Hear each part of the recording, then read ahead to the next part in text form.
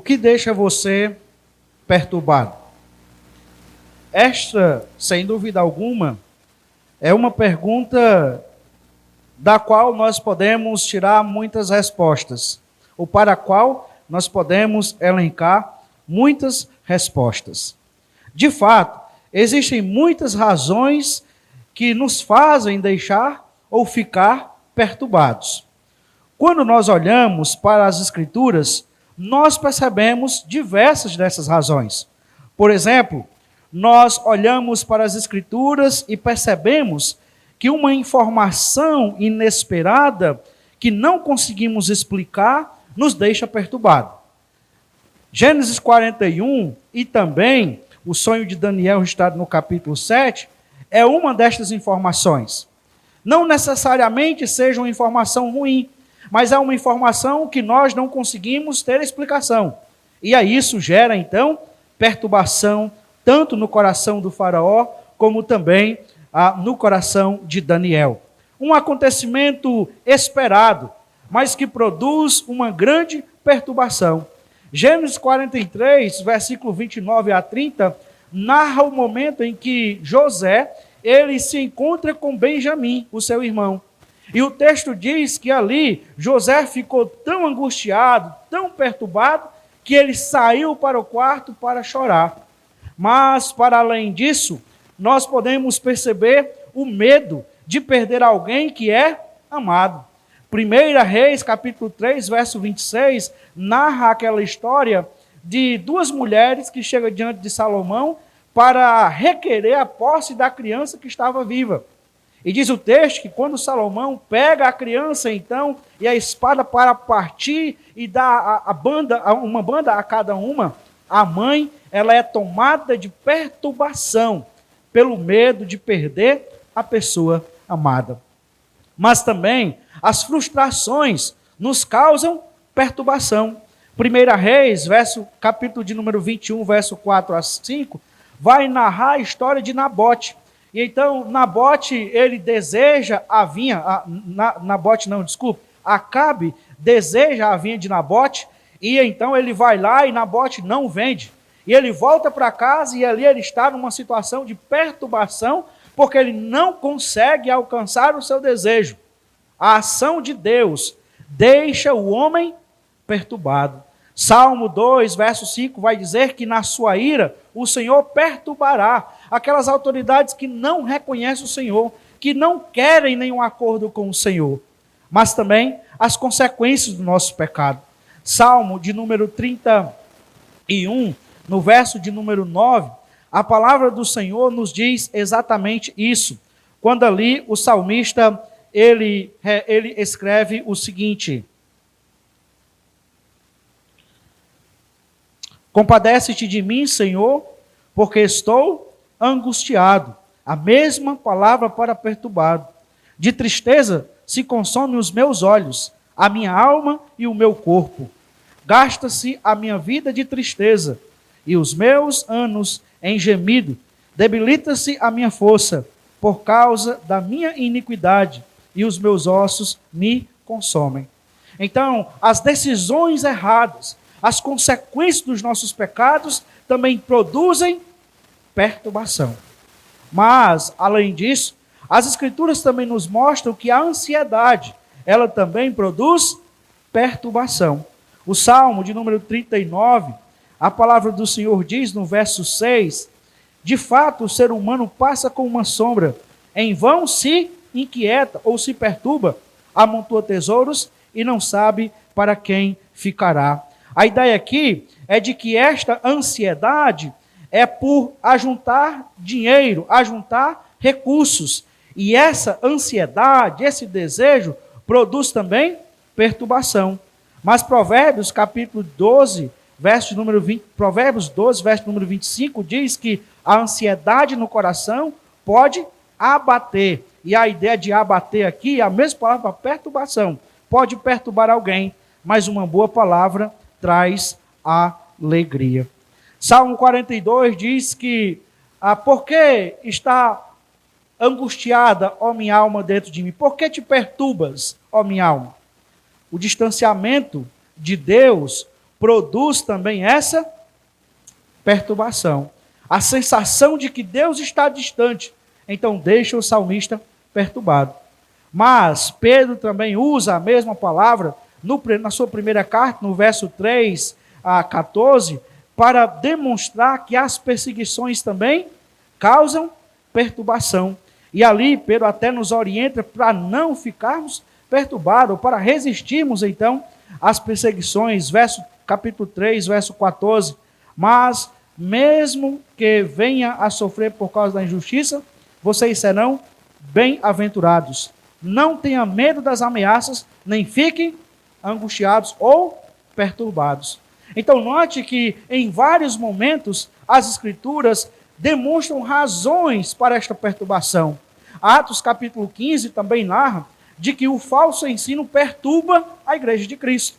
E aí tem outras razões pelas quais nós podemos ficar perturbados. Embora estas são razões elencadas em vários momentos e personagens bíblicos, mas estes também servem para a nossa realidade. Nós também lidamos com perturbações quando nós lidamos com situações parecidas com essa. E a reação a essas perturbações são variadas. Alguns reagem a essa perturbação com choro. Por exemplo, quando Davi sabe que Absalão está morto, ele reage àquela perturbação com um choro que em toda Jerusalém dava para ouvir. Outros reagem às perturbações da vida com o vitimismo, com o coitadismo. Então, só acontece comigo, só eu passo por isso, só eu lido com essa realidade. Outros com lamentação. Então, se entrega à lamentação, outros ainda ao desespero e outros à desesperança. Mas, para além destas reações, como podemos reagir diante das perturbações nesta vida? Talvez a grande questão não são nem as razões para a perturbação, mas como nós iremos reagir a essas perturbações. E nesta noite, eu quero considerar com os irmãos de que quando lidarmos com um presente de perturbação, devemos olhar para o futuro.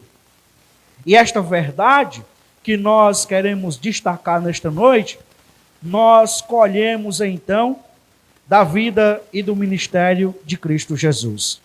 Assim, nesta noite, eu quero considerar o Evangelho de João, dando continuidade às exposições neste Evangelho, e nós veremos o capítulo de número 14, o verso de número 1 até o verso de número 3. Vamos nos pôr de pé para juntos fazermos esta breve leitura da palavra do nosso Deus. Evangelho segundo João, capítulo 14, verso de número 1.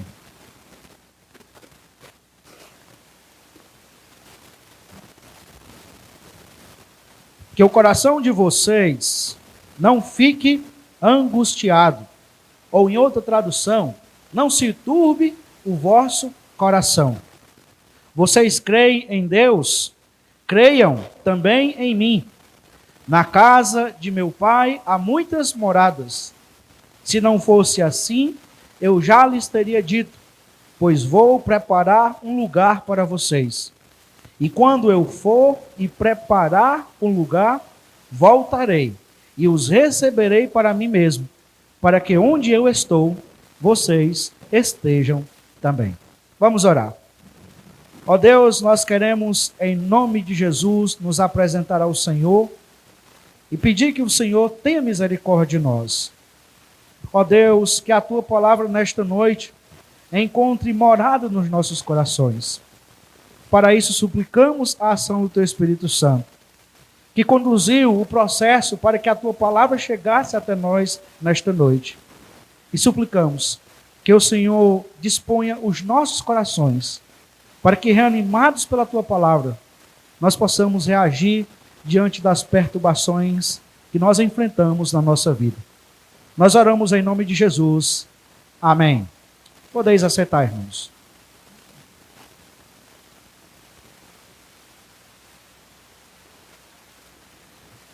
Quando lidarmos com um presente de perturbação, devemos olhar para o futuro. Nós somos informados que João escreve o seu evangelho com um objetivo bem claro. Ele quer demonstrar que esse Jesus que nasceu ali em Belém, esse Jesus que era um judeu marginal naquela época, ele é o Cristo, ele é o Filho do Deus vivo. Ele é o Filho do Deus vivo.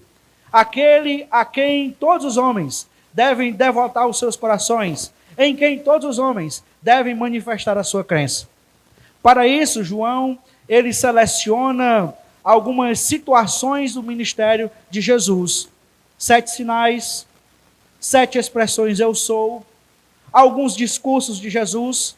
E João se detém em grande parte do seu ministério para descrever a última semana de Jesus. Nós já temos percebido que esta semana já tem iniciado desde o capítulo de número 13. E se está avançando para a sua conclusão. O clima que nós temos aqui e o contexto que nós encontramos aqui era de uma situação muito tensa. Quanto mais a noite ia se adiantando, mais complicado estava ficando para a pessoa de Jesus. Neste contexto, somos informados por João capítulo 12, verso 27 e 13, verso 21, que Jesus está perturbado, que Jesus está angustiado, que a sua alma lida com uma perturbação que até o momento não tinha encontrado ainda por meio de Jesus. Os evangelhos sinópticos demonstram que essa situação que Jesus estava passando aqui era extremamente perturbadora, ao ponto de Jesus chegar ao extremo da sua angústia. Mas nós somos observados, nós somos levados nesse texto a perceber uma coisa bem interessante. De acordo com o capítulo 13, Jesus está angustiado por saber de tudo o que vai acontecer daqui para frente com a sua vida. Mas no capítulo 14, nós percebemos que quem consola, quem anima, quem fortalece os discípulos é exatamente aquele que precisaria ser consolado naquele momento. Isso é muito interessante, porque de cara nós já pegamos uma lição muito importante. Mesmo em meio às perturbações da nossa vida, nós ainda podemos ser consoladores. Nós ainda podemos fortalecer a outros. Você pode dizer, mas pastor, Jesus era Deus. Mas a perturbação que Jesus passou, você nunca vai passar, nem eu. De modo que Jesus deixou o exemplo ao extremo, para que nós possamos então colher as verdades que nós temos ali. Mas qual é a atitude de Jesus para animar os seus discípulos diante da perturbação que eles viviam? O que Jesus faz aqui no capítulo 14 é pegar os seus discípulos, não desconsidera a realidade perturbadora, mas ele leva os seus discípulos a olhar para o futuro. É como se Jesus chegasse e dissesse, olha, meus discípulos, a situação é difícil mesmo. A coisa é complicada. Mas olhe para o futuro. Veja o que está reservado para vocês no futuro. Porque quando nós lidamos com o presente de perturbação, nós devemos olhar para o futuro. E à luz deste texto, eu quero então destacar 2 lições que nos ajudarão a ser animados ou a estar animados nos momentos de perturbação em nossa vida. A primeira delas é que em meio à perturbação, confie em Jesus, mesmo que as circunstâncias sejam absolutamente incompreensíveis. Jesus chega para os seus discípulos e diz, não se turbe o coração de vocês, não fique angustiado, o coração de vocês não deve ficar angustiado. Mas a questão é o seguinte, o que significa essa palavra turbar ou perturbação? João já usou essa palavra no capítulo de número 5, no verso de número 7, para descrever as águas agitadas pelo anjo. Então, um coração turbado é um coração que lida com uma tempestade dentro dele. É um coração que fica como uma árvore que é lançada de um lado para o outro pela ventania, pelas tempestades. É um coração que está inquieto. É um coração que está lidando com uma tempestade no seu íntimo, no seu interior. Mas a questão é qual era a causa da perturbação dos discípulos. Ora, a causa da perturbação dos discípulos eram as circunstâncias absolutamente incompreensíveis.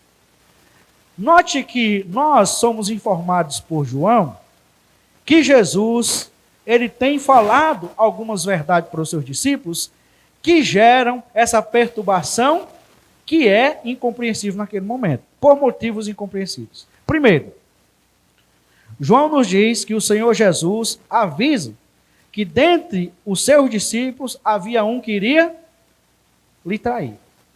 Aí você imagine os discípulos andando com Jesus, caminhando com Jesus 3 anos, de repente Jesus olha para eles e diz, olha, um de vocês é um traidor e está aqui junto comigo.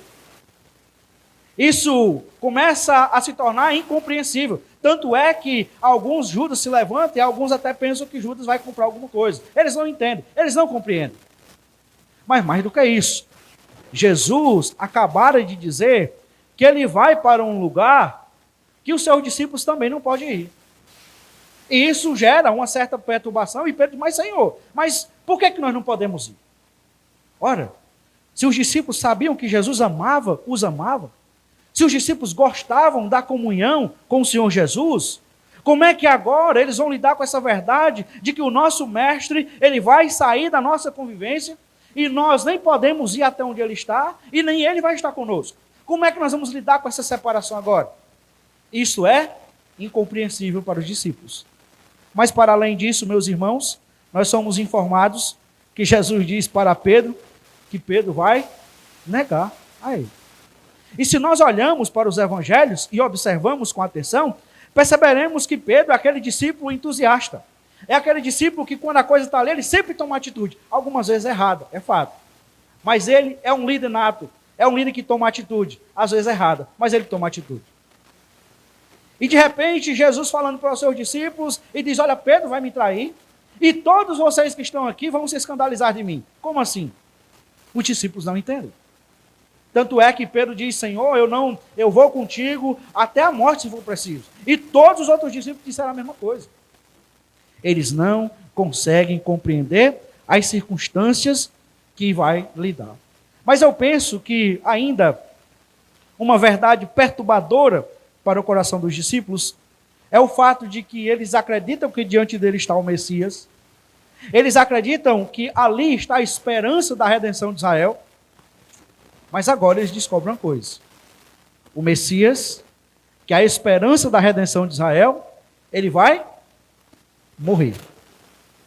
E como é que se concebe a possibilidade do Messias, daquele que nos libertaria, do jugo romano, daquele que nos libertaria politicamente?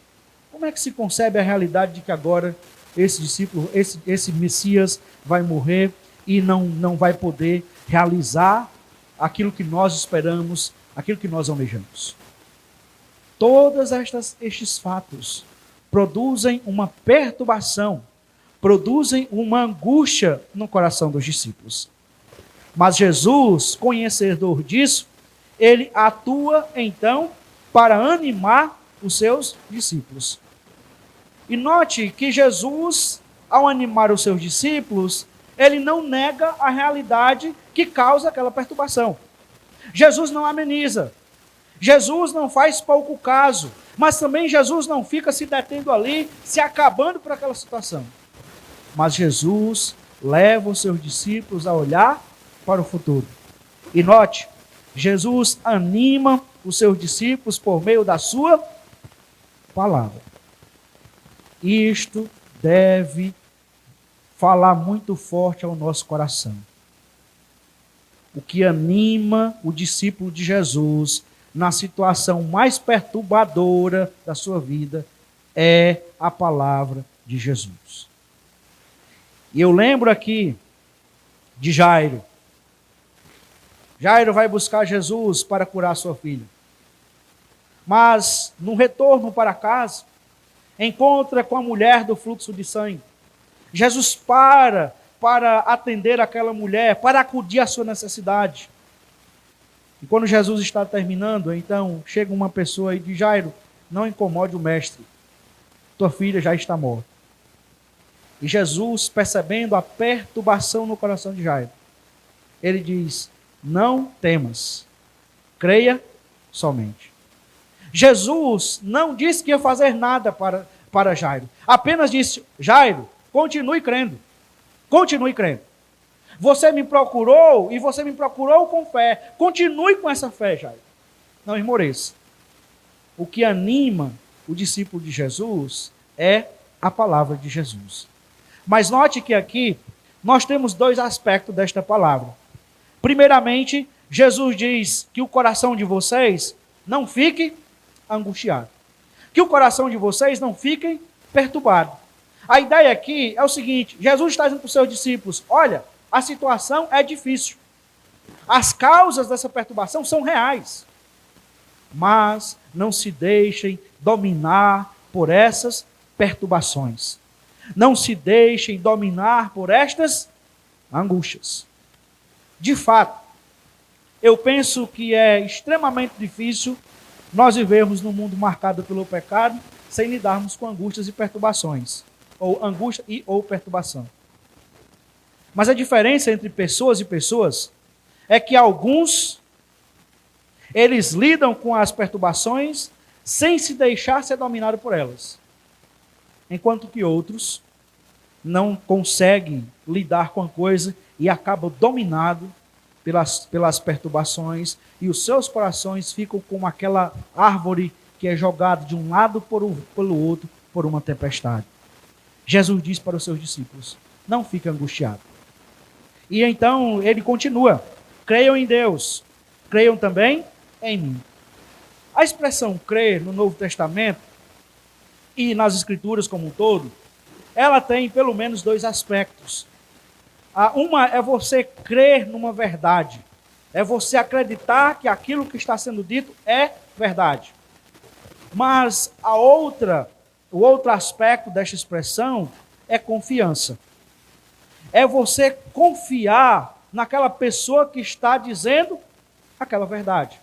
Então, aqui, Jesus chama os seus discípulos a confiar em Deus e a confiar também em mim. O que Jesus está dizendo é o seguinte: vocês estão lidando realmente com uma situação perturbadora. Mas, primeiro, não se deixe dominar pela sua perturbação. Segundo, creiam em mim. Confiem em mim. Continue confiando em mim. Sabe, meus irmãos, eu penso que esta seja uma das grandes dificuldades que nós temos quando somos assaltados pelas perturbações da nossa vida. É nós mantermos a nossa confiança intacta naquele que é o nosso mestre e o nosso Senhor. Mas é esse mestre Senhor que também diz para nós esta noite: não se turbe o seu coração, continue confiando em mim. Assim, Jesus está animando os seus discípulos, fortalecendo os seus discípulos para eles lidarem com aquele momento de perturbação. E é exatamente assim que Jesus continua animando os seus discípulos desta dispensação, desta geração, para que eles possam também passar pelos momentos de perturbação na sua vida. Mas uma segunda verdade que nós encontramos nesse texto é que, em meio à perturbação, lembre-se da promessa de Jesus para os seus discípulos. Quando lidarmos com as perturbações na nossa vida, com as perturbações, quando nós lidarmos com um presente de perturbação, nós devemos olhar para o futuro. E é isso que Jesus está fazendo agora. Jesus trata o coração dos seus discípulos e agora ele diz: olhe para o futuro. contemplem a promessa que eu estou dando para vocês. Na casa de meu pai há muitas moradas. Se não fosse assim, eu já lhe teria dito, pois vou preparar um lugar para vocês. E quando eu for e preparar um lugar, voltarei e receberei para mim mesmo, para que onde eu estou, vocês estejam também. Primeira promessa de Jesus é que ele vai preparar um lugar. Mas como é que é assim? Como é que a gente explica isso? Existe um lugar ou não existe? O que é que significa então essa ideia de preparar lugar? Não tem dificuldade. Então, você vai receber uma pessoa na sua casa. E ali tem um quarto disponível para ela. Mas aí você prefere que ela avise o dia que ela vai chegar para que você possa preparar aquele quarto para ela. Mas note, Jesus, ele diz aqui que ele vai preparar um lugar para nós. Mas o verso 2 inicia dizendo que na casa do meu pai há muitas moradas. Essa palavra, moradas, aqui, é muito interessante. Porque ela é usada para descrever locais onde um peregrino vinha na sua caminhada e ele podia ficar ali e descansar. Era uma espécie de quartos, de casas, que eram construídas, que eram devotadas, dedicadas para aqueles peregrinos, que viam na sua caminhada e lidando com o cansaço, precisava descansar, então tinha aquelas moradas. Nesse sentido, essas moradas aqui é um lugar de descanso. O que Jesus está dizendo para os seus discípulos é o seguinte: existem perturbações neste mundo. Continue confiando em mim, porque eu tenho um lugar de descanso para vocês. Note que o texto 2 vezes menciona esta ideia de morada. Tanto aqui, como também no verso de número 3. É interessante nós notarmos que Jesus vai preparar esse lugar de descanso. Agora, quando começa esse processo de preparação? Algumas pessoas entendem que aqui Jesus está falando diretamente do dia em que ele vai para o céu, Atos capítulo 1, então ele vai voltar para o arrebatamento, pegar a sua igreja e levar para o lugar de descanso. Mas nós podemos perceber esta preparação muito antes disso. Veja bem, Jesus diz: na casa de meu pai tem muitas moradas, se não fosse assim eu vos teria dito, pois vou preparar um lugar para vocês. Quando Jesus terminou essa reunião aqui com seus discípulos, Jesus foi para onde? Jesus foi para o Getsemane. E do Getsemane, Jesus foi para onde? Para a cruz. Na cruz, Jesus começa a preparar a morada de descanso para nós. Se não fosse a cruz, se não fosse a ressurreição, nós não teríamos condições de termos e desfrutarmos da promessa de um lugar de descanso. De modo que essa preparação, ela começa um tanto dolorosa. Mas Jesus não levou em consideração as dores. Quando ele considerou que o fruto do seu penoso trabalho valeria a pena.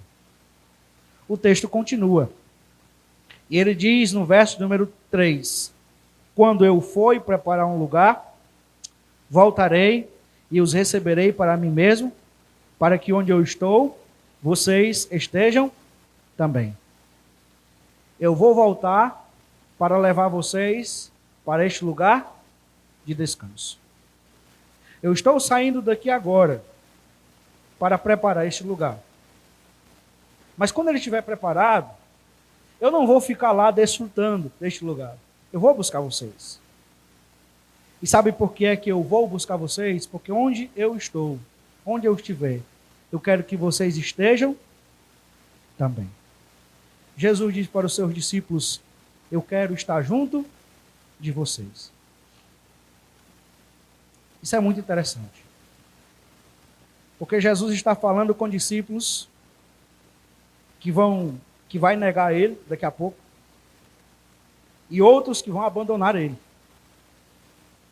E que mesmo dele morrer e ressuscitar, outros não vão querer mais nenhum acordo com ele. Pelo menos por um tempo. Mas Jesus diz: eu quero que vocês estejam juntos comigo. Jesus gosta de estar com seus discípulos. Daí é extremamente estranho um indivíduo que se diz ser discípulo de Jesus e não quer estar junto dos discípulos de Jesus e junto com o próprio Jesus. Note que o Senhor diz: eu quero estar junto de vocês. Eu vou preparar um lugar, mas eu vou buscar para que onde eu estiver vocês estejam também. Haverá uma separação, mas será uma separação momentânea, porque eu vou buscar vocês. Mas até lá tem um caminho para vocês seguir. E é sobre este caminho que nós trataremos no próximo domingo, se assim Deus nos permitir. Eu quero concluir esta mensagem fazendo algumas aplicações para nós. A primeira delas, meus irmãos, é que enquanto vivermos neste mundo, teremos de lidar com perturbações em nossos corações. Isso precisa ficar muito cristalizado no seu coração.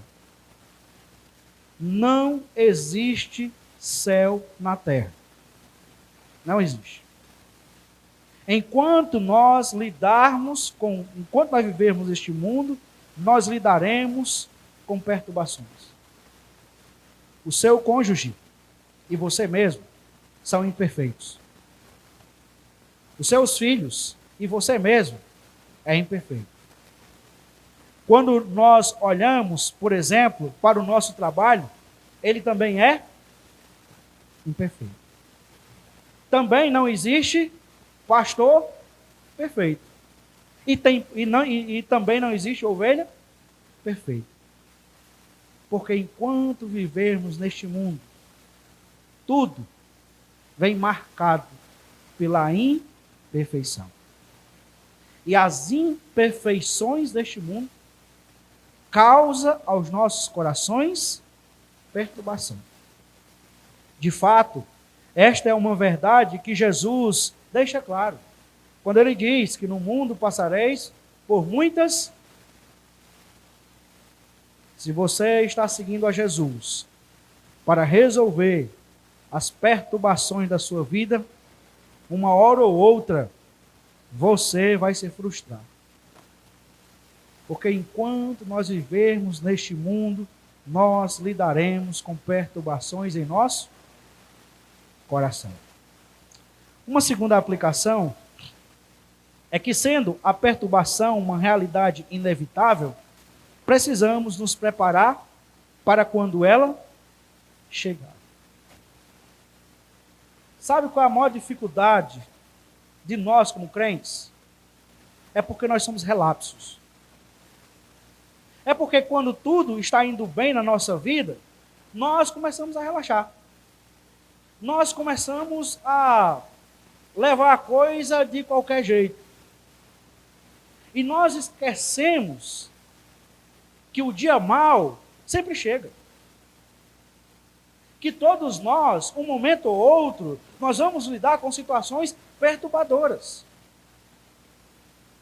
E muitos crentes se afundam nessas perturbações porque se esqueceram de se preparar para quando elas chegarem. Nós olhamos para as Escrituras e nós podemos perceber muitas formas de nós nos prepararmos. É nós olhando para os salmos, é nós lendo as escrituras. E nós percebemos textos que falam a nossa alma. E nós então recortarmos, fazer um cartãozinho, e nós colocarmos ali, para que naqueles momentos mais perturbadores, nós possamos lançar mão daquela palavra para nós. Nós nos preparamos para os dias perturbadores, quando nós decidimos deixar o dia do Senhor para o Senhor. E chegamos para aprender mais a palavra do Senhor, para entender mais como é que a palavra de Deus nos ajuda a lidar com as situações. Nós nos preparamos quando tudo vai bem na nossa vida e nós então nos fortalecemos, para que quando as ventanias chegar, nós possamos estar firmes. Mas muitas vezes o que é que nós fazemos? Está indo tudo bem? Nós nos iludimos achando que ir tudo bem é sinônimo da aprovação do Senhor. E é sinônimo de que nós não vamos lidar com nada de dificuldade. E aí muitas vezes chega. E quando chega, chega forte. E quando chega forte e pega uma pessoa despreparada, ela derruba. Ela derruba. A palavra do Senhor nos orienta para que nós nos preparemos para o dia mau. Jesus orienta os seus discípulos para eles se prepararem para esse dia. Nós, não nos preparando, nós sofreremos muito mais, muito mais. Eu sei que nós não gostamos de nos preparar para situações difíceis, mas é preciso.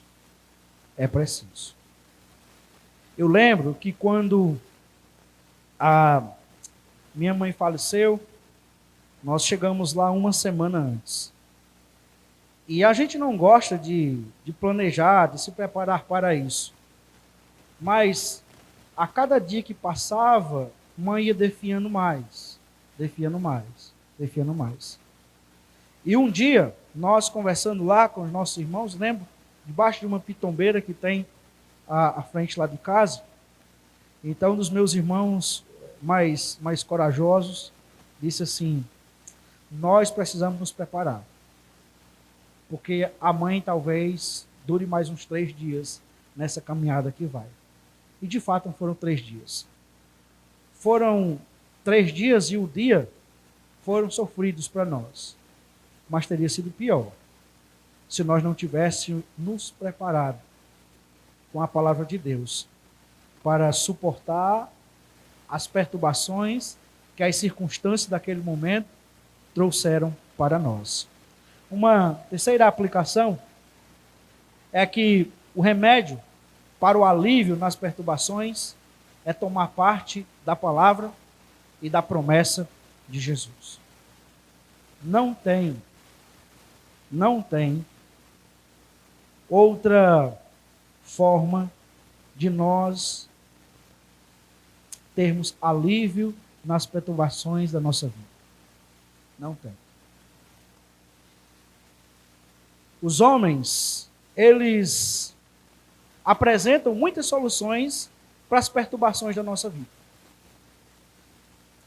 Tem muitos caminhos, como por exemplo, as medicações que são utilizadas, que em algumas situações necessárias, precisam ser utilizadas. Mas elas ajudam, mas não tem condição de curar as perturbações da nossa vida. Porque o que cura as perturbações da nossa vida é nós lembrarmos da palavra e da promessa de Jesus. As soluções humanas oferecidas, os profissionais oferecidos, eles são, como disse um certo pastor, eles são como aqueles macacos de carro. O pneu está furado, então a gente precisa dele.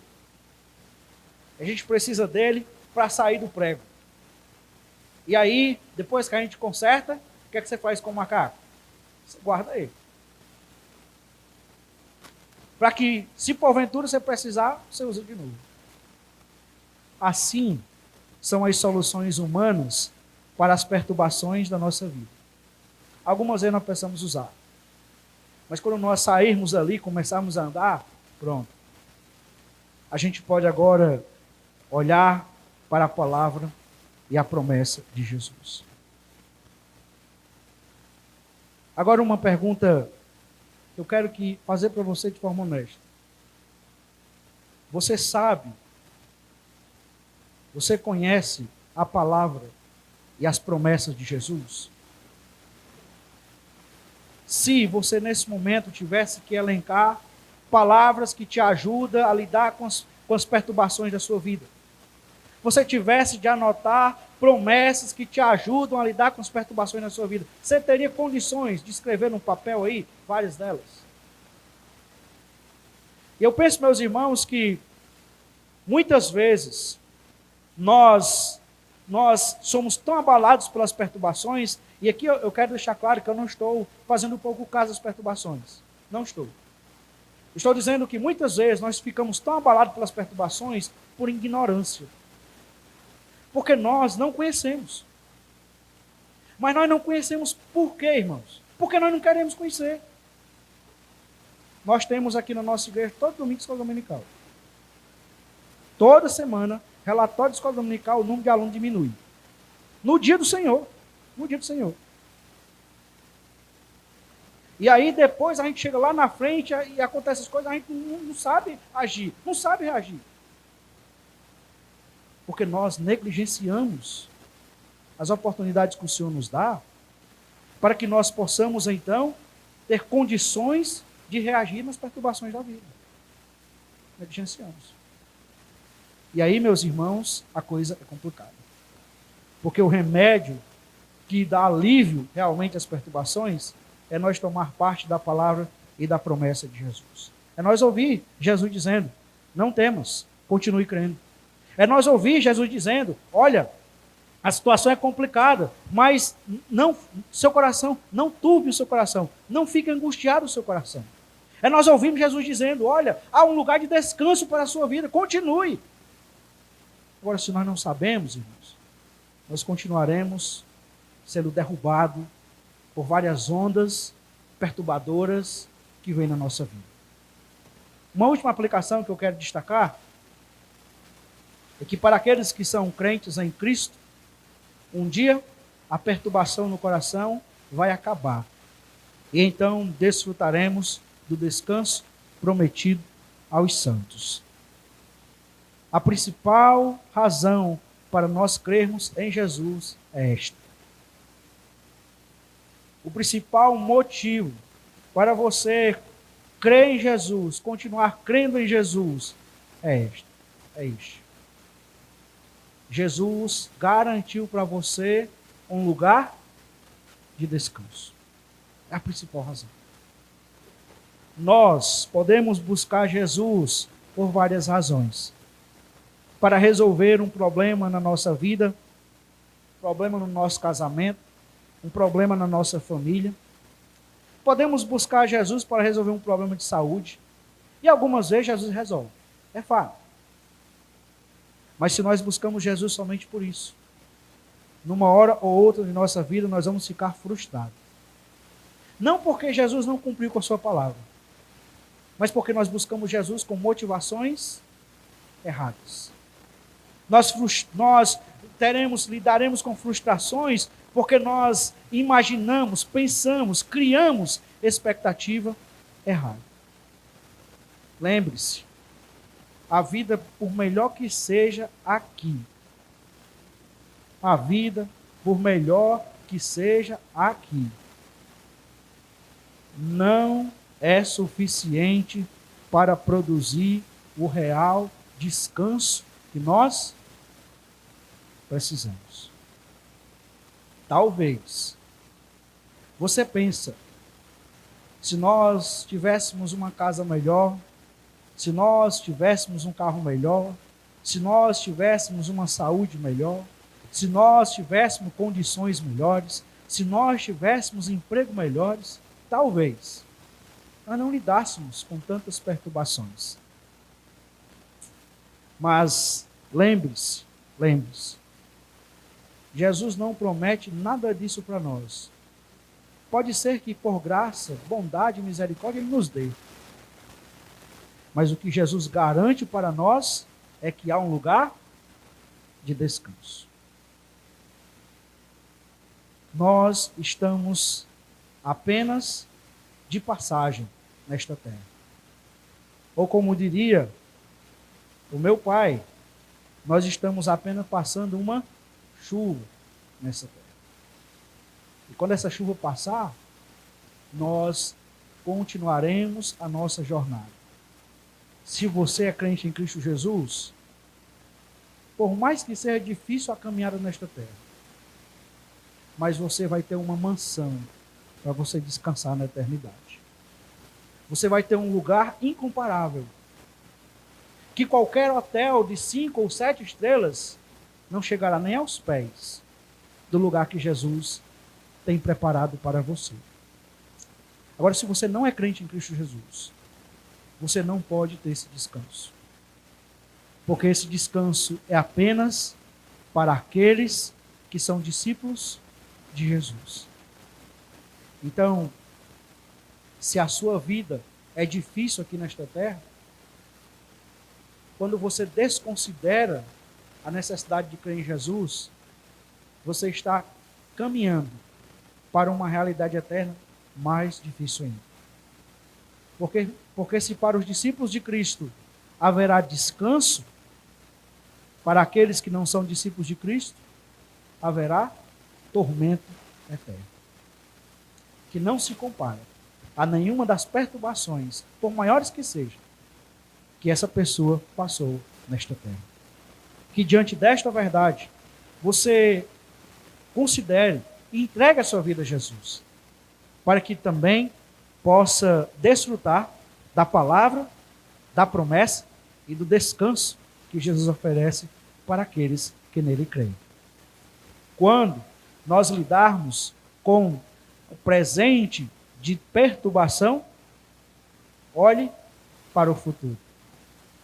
Ouça a palavra de Jesus dizendo: não se turbe o vosso coração, credes em Deus, credes também em mim. Na casa do meu pai há muitas moradas. Se não for assim, eu não vos teria dito, vou preparar lugar. E quando eu for preparar, eu voltarei para buscar vocês, para que onde eu esteja, vós estejais também. Que fiados nesta promessa de Cristo, nós possamos continuar caminhando, mesmo quando formos assaltados pelas perturbações neste tempo presente. Vamos orar. Senhor Deus Todo-Poderoso, Criador do céu e da terra, nós queremos te agradecer pela tua palavra. Ó Deus, eu não sei, eu não conheço o coração dos irmãos que estão aqui nesta noite. Mas talvez alguns deles tenham chegado aqui nesta noite perturbados com alguma situação que tem produzido angústia nos seus corações e eles não têm conseguido resolver. Outros talvez tenham chegado cansados, porque já vem lidando com isso há tanto tempo. Mas o Senhor conhece. E nós te pedimos que de forma graciosa e misericordiosa, o Senhor abra o coração, abra os nossos corações, para que nós possamos então receber e acolher a tua palavra. Para que nós possamos ser reanimados, fortalecidos pela tua palavra. Ó Deus, muito obrigado. Muito obrigado porque, embora muitas vezes nós lidemos com situações que são difíceis, com perturbações reais, o Senhor garantiu para nós que nós teremos um descanso e um real descanso. E nós te louvamos por isso. Nós te louvamos porque o Senhor não poupou esforços para garantir a tua promessa. O Senhor enviou o teu filho e levou ele até a cruz do Calvário. E ali na cruz do Calvário ele entregou sua própria vida. Mas para que nós tivéssemos certeza absoluta de que a tua promessa é real e se cumprirá, o Senhor enviou o teu Espírito Santo, que é o penhor, que é a garantia da tua promessa. Nós te louvamos por isso. E nós te louvamos porque o Senhor continua atuando com a tua graça perseverante, para que nós, mesmo diante das perturbações da nossa vida, nós possamos continuar ainda. Nós te louvamos por isso. Porque se dependesse de nós mesmos, se dependesse de mim mesmo, Senhor, há muito tempo já havia desistido. Mas eu te louvo porque a tua graça é persistente. Eu te louvo porque o Senhor nos envolve com as tuas cordas de amor. E o Senhor nos atrai para ti. A fim de que em ti nós possamos ser reanimados e continuemos na nossa peregrinação neste mundo. Até o dia da nossa chegada à nossa morada, aonde nós ouviremos do Senhor: bem-vindo, servo bom e fiel, entra no gozo do teu Senhor.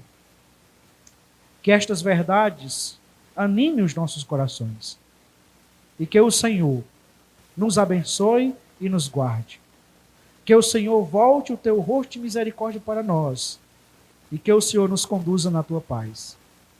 E que a tua graça, que excede o nosso entendimento, que o amor do teu Filho Jesus e a comunhão do teu Espírito Santo seja conosco até o dia em que nós poderemos entrar no descanso eterno. Nós oramos em nome de Jesus. Amém. Após uma oração silenciosa e um pós-lúdio, está encerrado esse culto. Uma boa noite, uma boa semana e que Deus graciosamente vos abençoe.